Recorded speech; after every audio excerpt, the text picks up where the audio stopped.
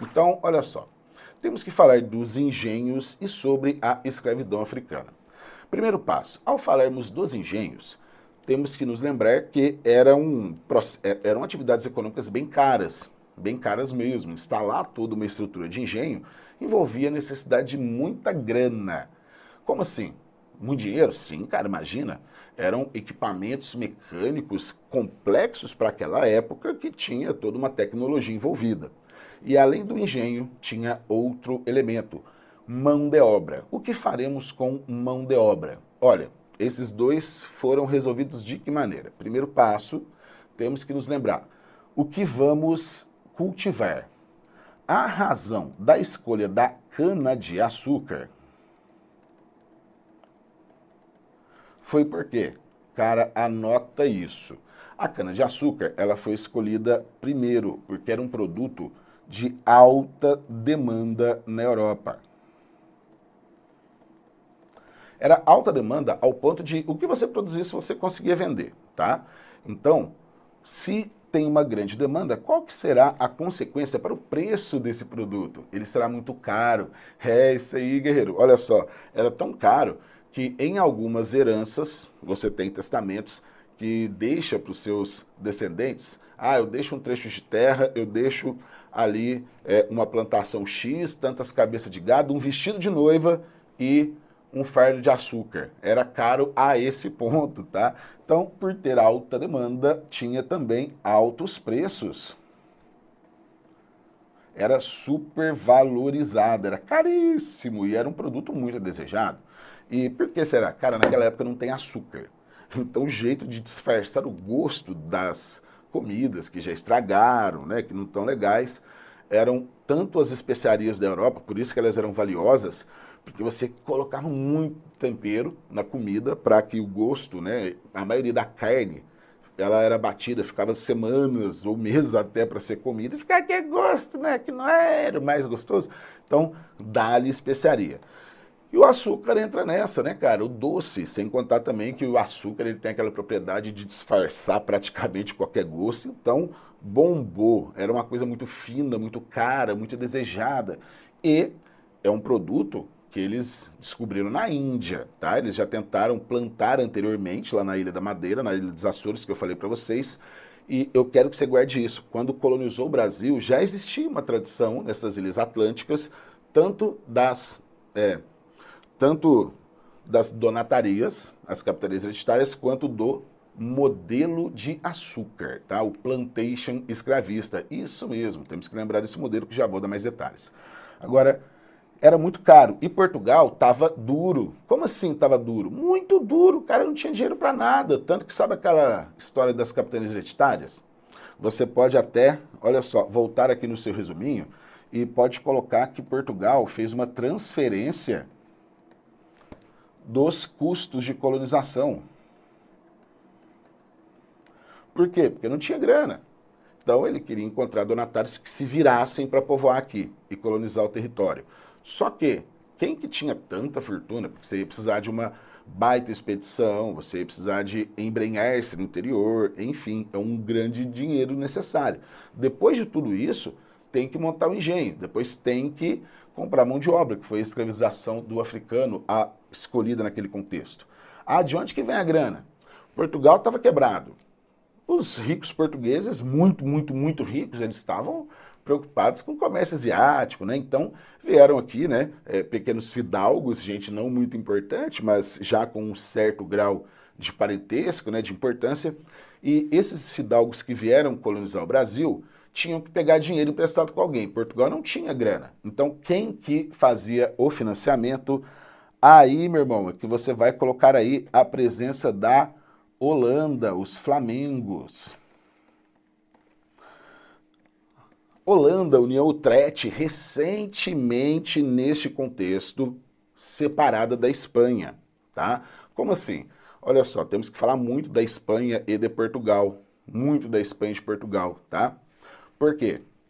A Holanda, por ser inimiga da Espanha, daqui a pouquinho você vai ver que dá um problemão, que é o que vai justificar a invasão dos holandeses. Olha só, entre 1580 e 1640, Portugal passou sob o controle da coroa espanhola, o Espanha de Filipe II, que naquela época foi o maior império marítimo. Sabe aquele papo de um império onde o sol nunca se põe? Ele já foi dado esse adjetivo ao Império de Filipe II no contexto da União Ibérica, 1580-1640, e lá no século XIX para o Império Inglês. Vamos falar aqui do nosso Império Espanhol, o Império de Filipe, que tinha uma das mais fortes armadas, ou seja, exército marítimo. As frotas marítimas de guerra do Filipe II, eles eram muito foda, cara. Tanto que tinha um grupo lá que era a Invencível Armada, porque todas as guerras espanholas os caras conseguiram mandar muito bem. E arqui-inimigos da Holanda. Arqui-inimigos da Holanda, tá? Por que que é para você guardar isso? Essa briga entre Espanha e a Holanda que vai explicar mais tarde a invasão dos holandeses, tá? Guardou isso? Então, olha só. No começo da colonização, os primeiros engenhos, quem que financiou? A Holanda, que ficava responsável, portanto, pelo financiamento. E aqui eles ganhavam com o quê? Com juros, né?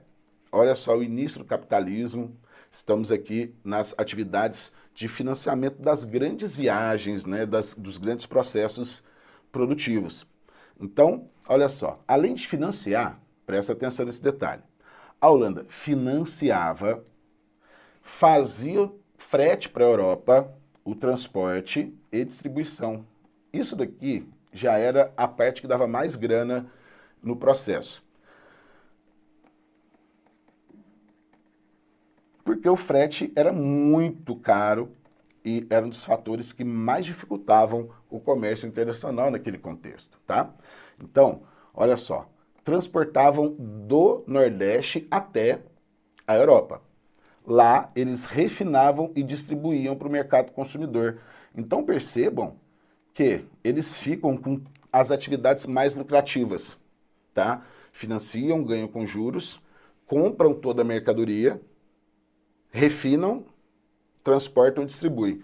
Conforme passa pela cadeia produtiva, os holandeses têm o controle das partes mais lucrativas. Então, quem que foram os mais beneficiados pelo açúcar? Sem dúvida nenhuma, no comércio internacional como um todo, foram os holandeses. Beleza? Isso vai explicar a íntima relação dos holandeses com o comércio de açúcar colonial e por que eles não queriam largar o osso de jeito nenhum, porque era a atividade que mais dava lucro. E outra, qual que era o produto mais caro? Produto, lembrando que a escravidão se caracteriza pela desumanização do outro e pelo fato de que, juridicamente, o escravizado é uma mercadoria, tá? Portanto, ele pode ser comprado e vendido. O que caracteriza um escravo não é trabalhar muito. O que caracteriza um escravo é a falta de livre-arbítrio. Você pode ser comprado, pode ser vendido, isso é uma mercadoria, beleza? Então, além de tudo, depois de Portugal, quem que eram os mais ricos comerciantes de escravizados? A Holanda. Então perceba que os caras, né, eles forneciam toda a infraestrutura necessária, todo o capital necessário, vendiam a mão de obra, compravam tudo e iam fazer a festa ganhando dinheiro, né, refinando, distribuindo, enfim, tá? Então guarda aí o papel da Holanda. Agora, como que nós vamos plantar esse açúcar? Opa, como que nós vamos produzir esse açúcar, né? Vamos lá. Primeiro passo, o modelo produtivo do plantation. Isso daqui é uma expressão, um conceito básico que você tem que ter na ponta da língua. Porque o plantation tanto está relacionado aos primeiros engenhos, ao modelo de introdução da cana-de-açúcar no Brasil, como também é um modelo que existe no agronegócio, cara, isso mesmo. Quando falamos de agronegócio, o Brasil é um dos maiores exportadores do agronegócio mundial. Nós estamos falando de quê? Um plantation mecanizado. E o que significa plantation, portanto? Então, guerreiro, anota aí que esse conceito tem que estar na ponta da língua. Plantation são grandes propriedades rurais, monocultoras, com toda a produção voltada prioritariamente para exportação. No caso da cana-de-açúcar, o objetivo, portanto, é atender o mercado internacional, que tem uma alta demanda e paga muito bem, beleza? Fatores que ajudaram. Os fatores naturais. O clima tropical úmido do litoral, da zona da mata. Lembre-se que a característica, isso daqui pode ajudar na prova de geografia, é quente, é úmido e com chuvas concentradas durante o outono e o inverno.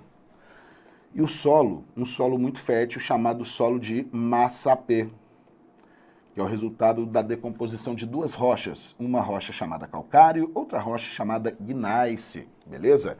Então, solo de massapê, fertilíssimo, clima quente e úmido. Então era Disneylândia, né? Era o paraíso da cana-de-açúcar. E a produtividade muito poderosa. Agora, lembre-se que é plantation escravista. E os primeiros engenhos funcionaram com indígenas. Isso daí pode ser uma pergunta. Já escravizaram indígena no engenho? Já.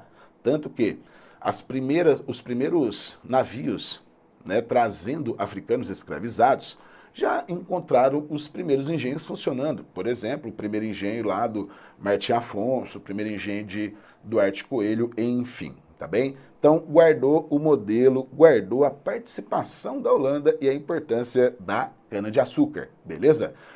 Se adaptou perfeitamente, você tem o financiamento internacional e matamos como ocupar em termos econômicos. A cana era tão importante que, também lembrando que dependia das características do litoral, que criou uma lei. Até 100 quilômetros não podia ter outra atividade econômica que não fosse a cana-de-açúcar. Isso vai ajudar a entender como que aconteceu o processo de interiorização da economia através da pecuária, beleza? Por quê? Porque você não podia criar animais no litoral. E isso fez com que penetrassem nos rios, né? Então você tem, inicialmente em todos os primeiros rios aí, você tem no Ipojuca, você tem no Beberibe, você tem no Capiberibe, tá? E ao longo dos anos penetrou principalmente na região do São Francisco, tá? Nos vales do São Francisco, por isso que ele historicamente também pode ser chamado de Rio dos Currais, beleza? Então olha só, matamos a cana e agora a escravidão. Esse tema é um dos mais importantes, de longe. Todo assunto que você tem dúvida, será que eu estudo, será que eu não estudo, vai prestar prova que tem história de Pernambuco, vai destacar a escravidão. Por uma razão evidente, né? A cultura afro-brasileira é muito marcante no estado de Pernambuco, né? Tanto Pernambuco quanto a Bahia são as duas principais referências dos estudos e do processo de formação do Brasil, né? A partir da cana-de-açúcar. E a escravidão, ela já foi interpretada de várias formas. Num passado nem tão remoto assim, ainda persistiu nos estudos uma visão lá do século XIX, chamado darwinismo social, que alguns historiadores muito antigos, isso eu estou falando lá do final do século XIX, do começo do século XX, eles falavam que optaram pelos escravos já está errado, é escravizado, não existem escravos, existem escravizados. Os escravizados, né, eles foram escolhidos, os africanos, porque eram mais fortes. Reação: cara, para com isso, por favor. Não existem pessoas adaptadas à escravidão quando se falavam. Eles falavam assim, o negro é mais forte, então ele era adaptado à escravidão, optaram por ele. Parou tudo. Absurda afirmação. Primeiro, você tem que entender que, antes de colonizar o Brasil, Portugal já escravizava. Escravo africano era um produto de luxo em Portugal, não era para trabalhar nas plantações, eventualmente, né? Eram lá para ser mucamas, enfim, alguns trabalhadores, né, forçados. Depois, aos poucos, esse processo começou a tomar corpo, começou a aumentar a demanda, aumentar o mercado. Começaram a colonizar as pequenas ilhas no Atlântico, né, Madeira e dos Açores. Começou já com o sistema de capitanias, né, tentando plantar cana e introduzindo o africano escravizado. Quando chegaram no Brasil, já estava rolando um baita comércio de escravizados, já estava rolando cana-de-açúcar lá nas Antilhas, então foi uma extensão da economia portuguesa instalada aqui no Brasil e vingou quem? Inicialmente, só Pernambuco. Pernambuco e Bahia, tá? Capitanias hereditárias de fato, basicamente foi Pernambuco e São Vicente nos primeiros anos. São Vicente quebrou rapidinho, por quê? Era mais perto pegar o açúcar de Pernambuco. Era mais fácil o frete para a Europa. A navegação usava um caminho mais favorável, porque você tem que considerar que o oceano você tem as correntes marítimas para navegar, tá? Então, era muito melhor o açúcar, era mais barato. Poxa, começaram a abandonar os vicentinos, que aí quebraram e tiveram que dar um jeito. Foram fazer o quê? Bandeirantismo. Eles se embrenharam no sertão em atividades de sertanismo, ou seja, o que era atividade para um sertanista naquela época? Procurar metais preciosos, né, como de fato conseguiram, mas depois de séculos, só foram encontrar no início do século XVIII, né, finalzinho do século XVII, início do século XVIII. Também eles iam capturar escravizados, que fugiram, né, escravizados fugitivos, destruir quilombos. Por exemplo, o Quilombo dos Palmares, depois de longo período de conflitos, foi destruído por um bandeirante, Domingos Jorge Velho, tá? Então, guarda aí, tá? São Vicente quebrou, ficou bombando Pernambuco, tá? E a escravidão, ela se materializou principalmente nos mercados nordestinos. Então, o Porto de Recife, desde essa época, ele tem um contato muito grande com os portos africanos, e isso continuou até avançar do século XIX, já no processo de abolição da escravidão, beleza? Então, olha só, a escravidão você já sabe que não é o excesso de trabalho, é você se tornar uma mercadoria. Você pode ser comprado, você pode ser vendido. Já existia na África e lá dentro do continente existia a escravidão tribal. Por que é importante você ficar atento nisso? É um dos temas mais polêmicos. O continente africano é, né, muito grande, não tem um povo só africano, existe uma diversidade gigantesca de povos. O norte da África são povos islâmicos, né? Ao sul do Saara você tem a África Negra, e há uma diversidade cultural absurda. E lá dentro, essas diversas tribos guerreiam umas com as outras. Então já existia uma tradição de escravização por dívida, então escravizava por temporadas, né? Uma forma de submeter o inimigo. Essa escravidão tribal, ela foi transformada pelo português. Por quê? Eles começaram sempre a ir lá buscar especiarias no continente, buscar ouro, buscar alguns produtos comercializáveis. Perceberam essas brigas internas e aí falaram, opa, você não quer vender seu prisioneiro de guerra não? Tá? Então, começaram a comprar esses prisioneiros de guerra. Então você vai marcar aí que na África existia essa escravidão tribal. Existia no mundo islâmico, no norte da África, que era Império Islâmico, tá? Tinha uma escravização que eles, inclusive, também utilizavam um argumento de convertê-los ao islamismo. Então, podia.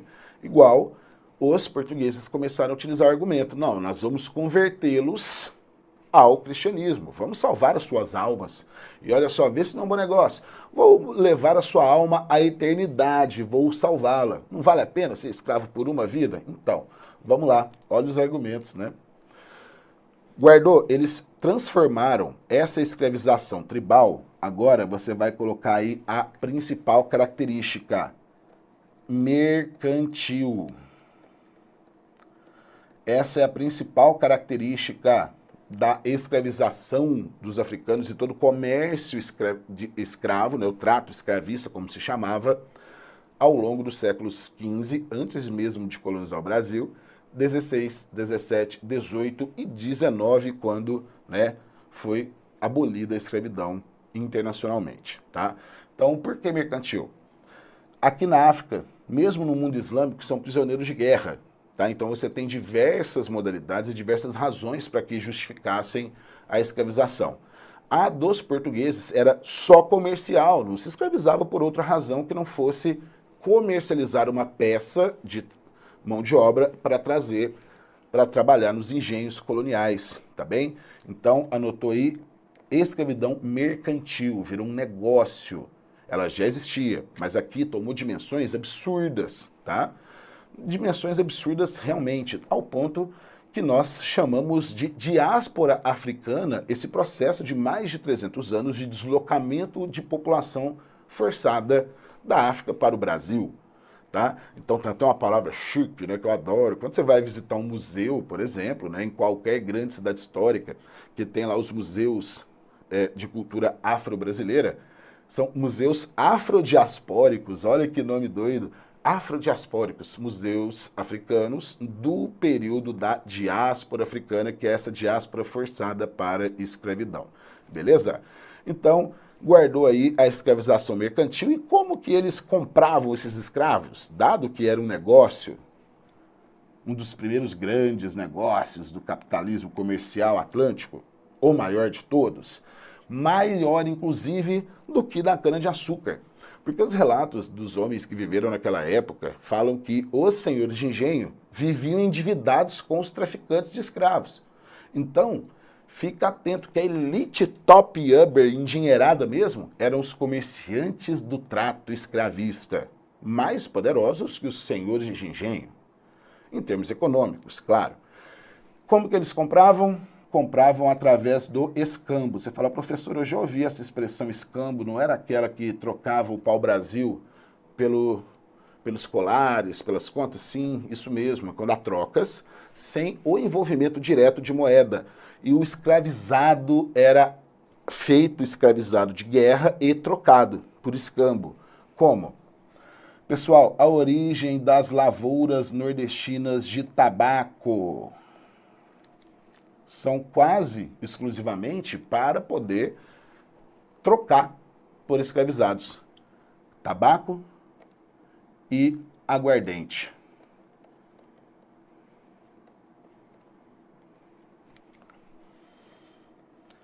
Quatro séculos, ao menos, de comércio, do vil comércio atlântico, trocando almas por tabaco e aguardente. Beleza? Guardou aí o escambo e... olha só, ao chegar, né, no Brasil, eles iam, né, direto para as fazendas? Não, você tem todo um fluxo, tá? Qual que é esse fluxo? O fluxo que eu quero que você observe que essa escravização mercantil, ela é conhecida como comércio triangular. Você vai ouvir essa expressão aqui, ó, comércio triangular. Se eu estou falando triangular, eu estou considerando as três partes participantes do processo. Três partes participantes é foda, hein? Os três participantes do processo: Portugal, Brasil e África. Olha só, considerando, olha, Portugal, isso daqui não é trajetória, tá? Não é a trajetória percorrida, isso daqui é o sentido do comércio. Portugal, África e Brasil.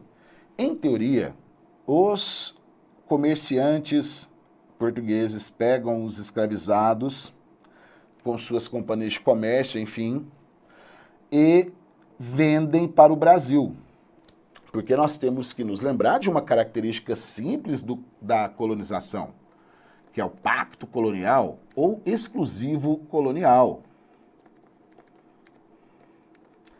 Pacto colonial ou exclusivo colonial. Como assim? Em tese, porque nós sabemos que desobedeciam essa norma, só comerciantes portugueses, empresas de comércio, companhias de comércio de Portugal poderiam capturar esses africanos, né, trocá-los na África e vender para o Brasil.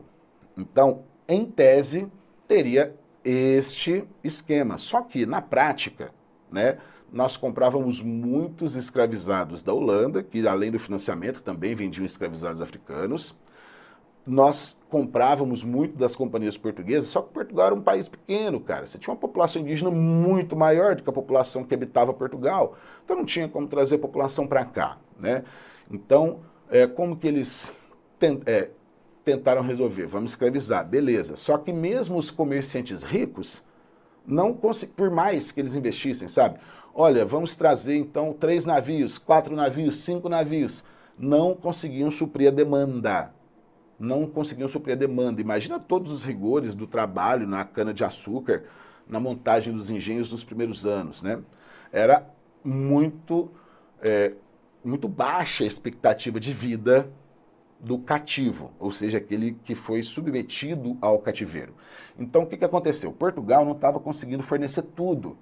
Então, presta atenção, surgiu um fluxo autônomo, tá?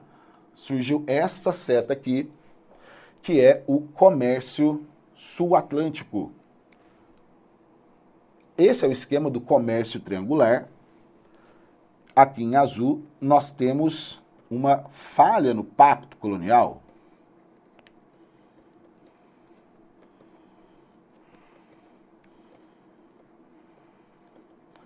Porque, em teoria, isso não podia, tinha que comprar das empresas portuguesas, só que aí os próprios brasileiros, né, deixando para lá a presença da lei portuguesa na regulação do comércio, começaram a fazer o trajeto, beleza? Então, olha só, a principal razão da opção pela mão de obra africana é a opção por ser mercantil, trocavam por preços, né, muito baratos, o escambo, e vendiam por preços absurdamente altos, tá? E você pode encontrar uma questão falando assim, ó, o comércio triangular, tá, movimentou o comércio escravista. Exatamente. Tudo bem? Guardou aí? Então, foca nisso, o tema é quente, é muito bom. E aí, só para podermos fechar, você viu que é um sistema bastante complexo, e você já sabe o que é o pacto colonial. É a exclusividade da colônia comercializar com a metrópole. Então aqui tinha um monte de proibição, cara. Guarda aí as proibições. Livros eram proibidos. Por quê? Para evitar que surgissem ideias contrárias à metrópole. O que mais que era proibido? Estrangeiros eram proibidos, somente os autorizados a praticar algum tipo de comércio, embora logo, tá? Isso mesmo sendo raro, porque você tinha os portugueses para poder fazer esse comércio. Mas os registros apontam que sim, apareciam aqui alemães, holandeses, para traficar na nossa costa, tá? Então, é isso aí, tá? O pacto colonial não funcionou totalmente. Ele impedia a entrada de informações, os livros, e exclusividade de comércio com Portugal, mesmo que existisse ali alguma falha, tá? Navio que tivesse que passar pela costa, tinha que pedir uma autorização especial, tinha um tempo especial. Por quê? Porque tinha uma navegação enorme, né, cara? Do mundo espanhol, por exemplo, pensa na América Central com a foz do Rio da Prata. Então, eventualmente, tinha que passar um navio por aqui, tá? Então, guardou. Cara, a escravização do africano deixou marcas profundas no continente africano e também no Brasil. Somos uma das culturas com maior quantidade de africanos, né, de cultura afrodescendente fora da África, tá? Então, guarde isso. Tema muito quente e certo nas suas provas. Por quê? Aqui nós vamos explorar também outras coisas. Quem que apoiava a escravização? O sistema inteiro da sociedade era baseado na escravidão. Então, inclusive, a igreja apoiava. Não apoiava-se, tem que escravizar, não. É porque toda vez que colocavam um padre jesuíta, vamos pensar principalmente no jesuíta, lembrando que há outras ordens religiosas, toda vez que ele era encantoado para falar sua posição quanto à escravidão, qual que era a posição do padre? Olha, vamos preservar os nativos. E o africano? Então, alguns se pronunciavam favoráveis, outros se pronunciavam contrários, não tinha um consenso, tá? Por exemplo, um dos primeiros jesuítas, né, o primeiro jesuíta brasileiro, o padre Manuel da Nóbrega, ele era a favor da escravização do africano, enquanto, por exemplo, né, outros jesuítas eram totalmente contrários. A posição teológica da Igreja, da Santa Sé, e a posição oficial é de combater a escravização do indígena, e tapou os olhos para a escravização do africano e basicamente, digamos que era assim, era o motor da história acontecendo, já estava rolando a escravidão, todo o processo de colonização, toda a economia baseada no trato escravista africano. Então, meio que eles consideravam um mal dado, não um mal necessário, mas um mal incontornável. Então, já que não dá para abolir toda a escravidão, vamos impedir a escravização do nativo e catequizá-lo. Então, guarde esse ponto, por quê? Porque a Igreja Católica, lembre-se, ela participou de todo esse processo, e aí você vai fechar com 2 pontinhos. O regime de padroado, tá lembrado? que é o padroado? É a associação da Igreja Católica mais, né, os estados. Então, onde vai o estado colonizar, a igreja vai junto e colabora nesse processo de catequização. Ao mesmo tempo, ela expande o cristianismo, porque temos também que levar em conta que a colonização do Brasil teve essa variável de expandir o cristianismo. Então, coloca aí igreja padroado e os jesuítas, que criavam os colégios ou missões jesuíticas.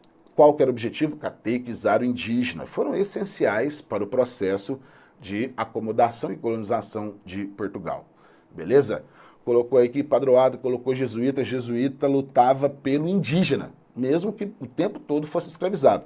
Então os jesuítas, eles eram arqui-inimigos de quem? Dos principais escravizadores de indígenas, que eram os bandeirantes. Ué, olha aí, pessoal, temos um município chamado Paulista. Isso é uma referência a quê? Aos bandeirantes paulistas que se embrenhavam nos sertões para fazer o que mesmo? Caçar indígenas para escravizá-los. O tempo todo isso aconteceu, por isso os jesuítas eram inimigos dos bandeirantes. Procurar metais preciosos, capturar escravizados fugitivos e destruir quilombos, beleza? Então, como que isso pode aparecer agora nos nossos concursos? Dá uma olhada aqui, a nossa questão da IALP, a principal banca, né, do estado de Pernambuco, que faz questões bem legais. No sistema de capitanias hereditárias, houve algumas experiências bem-sucedidas, como o caso de São Vicente e Pernambuco. O primeiro donatário da capitania de Pernambuco foi Duarte Coelho. Simples, direta, matou. Vamos lembrar então, o modelo de capitania só vingou nesses dois lugares. Isso daqui é muito perguntado. E por que São Vicente quebrou? Principalmente devido à distância, o tempo do frete, os percursos que eram feitos, né, faziam a viagem ficar mais demorada, o frete ficar mais caro, encarecia o produto. A cana tem outro elemento que é quanto maior o calor, você tem mais sacarose, sabe assim, a cana fica mais doce. Então a cana pernambucana era de melhor qualidade, mais barata, mais fácil de chegar. Aí aos poucos começaram a deixar isolados os vicentinos, portanto, né, em poucas décadas quebraram. E aí começou o bandeirantismo. Então olha só a nossa próxima questãozinha da Lialpe. No processo de formação do território pernambucano, a partir da chegada dos portugueses na capitania de Pernambuco ou a Nova Lusitânia, vale a pena guardar isso, né? Que Duarte Coelho batizou de Nova Lusitânia, quentíssimo. E a Nova Lusitânia teve quais dois principais núcleos de povoamento? Olinda, a terra dos engenhos, né? E Igaraçu. Portanto, a alternativa B, Igaraçu e Olinda, resposta correta, batizado por Duarte Coelho de Nova Lusitânia. E olha só, curiosamente, a modalidade inicial, que o sentimento nativista, esse conceito é importante, hein? É o sentimento de ser nativo, o sentimento de pertencer à região. Isso é um assunto que pode cair nas suas provas de que forma? Principalmente na hora da expulsão dos holandeses.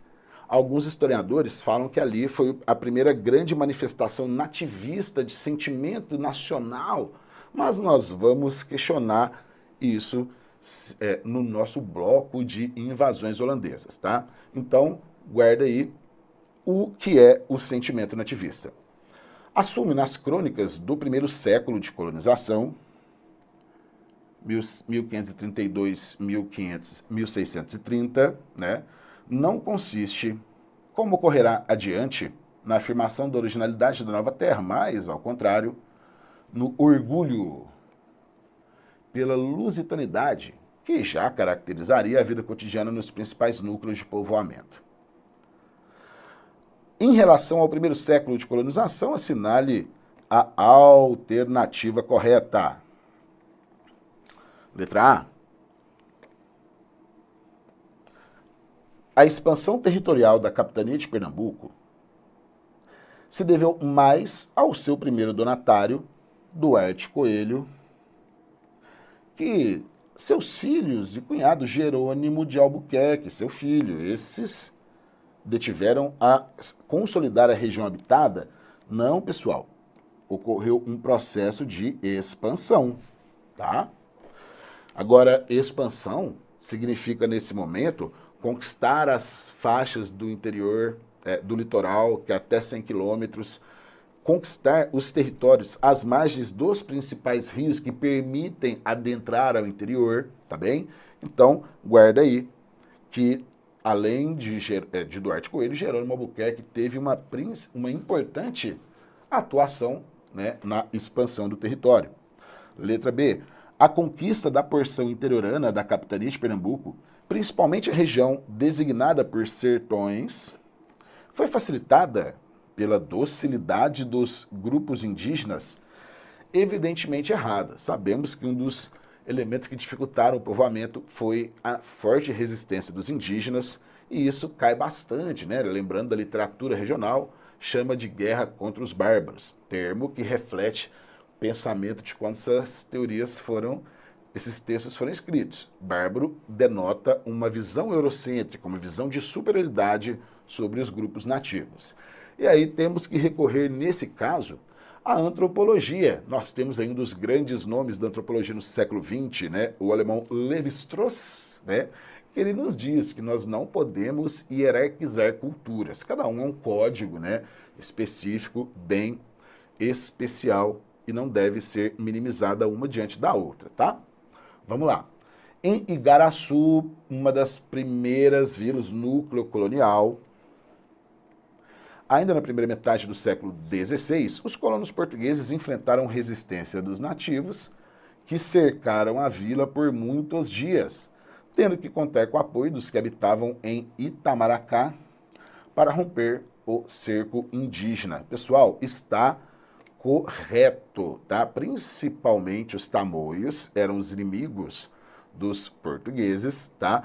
E eles se aliançavam com outros grupos que eram inimigos dos tamoios. Então, nessa invasão a Igaraçu, tiveram que se aliar aos grupos de Itamaracá, beleza? Então, vamos ver os outros aqui, se tem erros muito evidentes. Os franceses foram grandes aliados, sabemos que absurdamente errada, né? Eles, inclusive, tentaram invadir o tempo todo. Como a sociedade era extremamente patriarcal, o comando da capitania, quando da ausência do Duarte Coelho, ficava sob a responsabilidade do cunhado, uma vez que Beatriz de Albuquerque era considerada inapta para a tarefa. De jeito nenhum. Dona Beatriz, ela também é considerada aí uma importante personagem do processo de colonização. E lembrando, gente, naquela época não tinha essa conversa de não, aqui no Brasil, né, vamos cuidar das mulheres na sociedade patriarcal da época. Não, cara, tava todo mundo aqui, ó, todo mundo jambrando. Quando era possível, né, cuidar da mulher e deixá-la no ambiente caseiro, tá? Era feito, senão tava ali na lida com todo mundo. Pessoal, então esse foi o nosso encontro, né, sobre os tempos iniciais. E qualquer dúvida, dá um pulo no Instagram, vá lá no @professor Sérgio Henrique, e quiser bater aquele papo mais profundo, quer mais detalhes, sempre estou disponível no fórum de dúvidas. Então, Guerreiro Estratégico, um grande abraço, bons estudos e foco no sucesso!